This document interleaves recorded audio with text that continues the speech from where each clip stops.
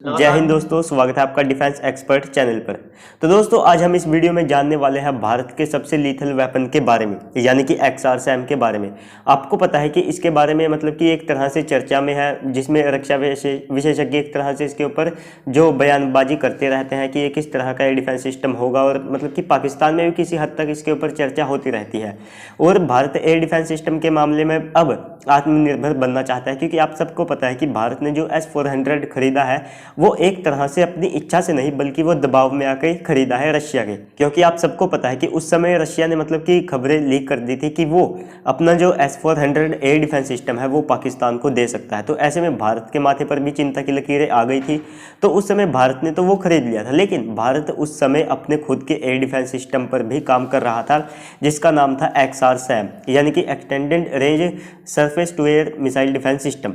यानी कि दोस्तों ये इसे भारत खुद बनाएगा बिना किसी देश की मदद के। और इसमें जो पूरी तरह से इसकी जो मिसाइलें हैं उनके मतलब कि कुछ रक्षा विशेषज्ञ मानते हैं कि वो इजराइल का जो एयर डिफेंस सिस्टम है ब्राकेट, उससे कॉपी की गई है। लेकिन दोस्तों वो केवल DRDO ने भारत के पैसे बचाने के लिए उस एयरफ्रेम पर उन मिसाइलों को मतलब कि डिज़ाइन किया है। हालांकि ये नहीं है कि हमने उनसे ही कॉपी कर लिया है, क्योंकि दोस्तों हमें अगर इजराइल से उसकी टेक्नोलॉजी चाहिए होती तो इजराइल इतना अच्छा दोस्त है कि हम उससे इजीली ले सकते थे।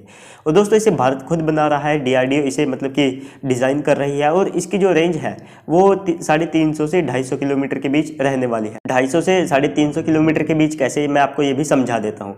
तो देखिए दोस्तों, ये जो 350 किलोमीटर की रेंज है उसमें जो बड़े टारगेट होते हैं जिनका रडार क्रॉस सेक्शन बहुत ज़्यादा होता है, जैसे कि अवाक्स हो गए, हेलीकॉप्टर्स हो गए, और जो मतलब कि बॉम्बर्स हो गए, क्योंकि आपको पता है कि उनकी स्पीड बहुत ज़्यादा कम रहती है और साथ में वे इतने ज़्यादा मैन्यूवरेबल भी नहीं होते हैं कि वे एयर डिफेंस सिस्टम की मिसाइल से बच सके। तो ऐसे में भारत का ये एयर डिफेंस सिस्टम बड़ी आसानी से उनको निशाना बना सकता है। तो जैसे कि हेलीकॉप्टर्स भी हो गए, आपको पता है कि उनका रडार क्रॉस सेक्शन बहुत ज़्यादा होता है, क्योंकि उनका डिज़ाइन ही कुछ इतना ऐसा होता है। और साथ में जो अवाक्स और जो रिफ्यूलर्स हो गए, वे उनका साइज़ बहुत ज़्यादा बड़ा होता है, तो उनका रडार क्रॉस सेक्शन वैसे ही बढ़ जाता है। तो 350 किलोमीटर की रेंज में ये बड़ी आसानी से उनको निशाना बना सकता है। तो वहीं पर हम बात करें इसकी 250 किलोमीटर वाली मिसाइल्स के बारे में। तो देखिए दोस्तों, ये अपनी 250 किलोमीटर की रेंज में जो स्टेल्थ फाइटर जेट है, आपको पता है कि उनकी स्पीड भी बहुत ज़्यादा होती है और साथ में मैन्यूवरेबिलिटी भी उनकी बहुत ज़्यादा रहती है। और आपको पता है कि रूस सबसे आगे है, खासतौर पर जो कोबरा मैनूवर्स के लिए जो वो इंजन बनाता है उस टेक्नोलॉजी में।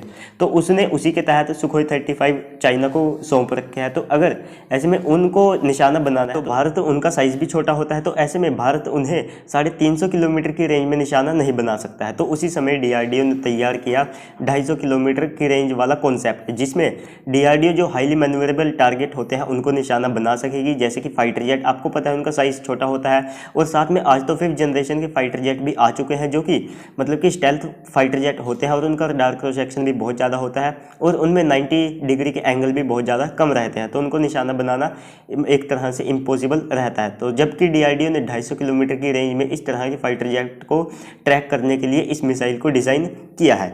और दोस्तों ये खास तौर पर जो मिसाइल्स हो गई, और साथ में बॉम्बर और ट्रांसपोर्ट एयरक्राफ्ट और रिफ्यूलर्स, हेलीकॉप्टर्स और जो फाइटर जेट है उन्हें निशाना बना सकती है। और आपको पता है कि आज की तारीख में जो ड्रोन टेक्नोलॉजी है वो कितनी ज़्यादा आगे हो चुकी है। तो ऐसे में DRDO ने इसे जो UCAV होते हैं, यानी कि अनमैन्ड कॉम्बैट एरियल व्हीकल, उनको भी ट्रैक करने के साथ उनको मार गिराने के लिए इसे डिज़ाइन किया है।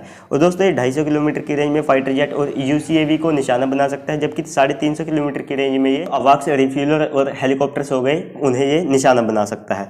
और दोस्तों ये मतलब कि एक तरह से highly mobile air defence system होने वाला है, क्योंकि आपको पता है कि भारत के पास जो BMD एयर डिफेंस सिस्टम होगा वो एक तरह से उसे जहाँ पर एक बार फिट कर दिया वो वहीं पर रहेगा, लेकिन इसे भारत ट्रक पर माउंट कर बड़ी आसानी से कहीं पर भी डिप्लॉय कर सकता है। और साथ में इसकी जो यूनिट कॉस्ट है वो भी बहुत ज़्यादा कम रहने वाली है, क्योंकि आपको पता है कि भारत की DRDO जो एयर डिफेंस सिस्टम या जितने भी वेपन्स है उनकी क्वालिटी को बहुत ज़्यादा हाई रखती है, जबकि उनकी जो कॉस्ट होती है उनको लो कर देती है। तो ऐसे में भारत को बड़ी आसानी से कम कीमत पर बहुत ज़्यादा एडवांस जो सिस्टम है वे मिल जाते हैं। इसका एक उदाहरण है, जैसे कि भारत ने रूस के साथ ब्रह्मोस मिसाइल बनाई और साथ में रुद्रम मिसाइल बनाई, और BMD सिस्टम भारत ने कम कीमत पर तैयार कर लिया।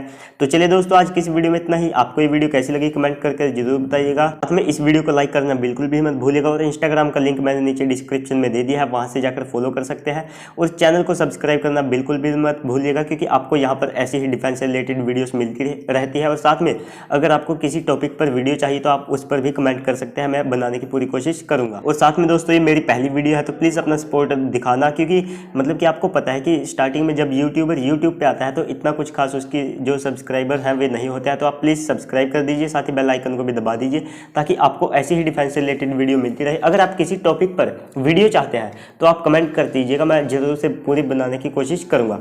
तो चलिए दोस्तों आज की इस वीडियो में इतना ही, मिलते हैं अगली वीडियो में, तब तक के लिए गुड बाय, जय हिंद।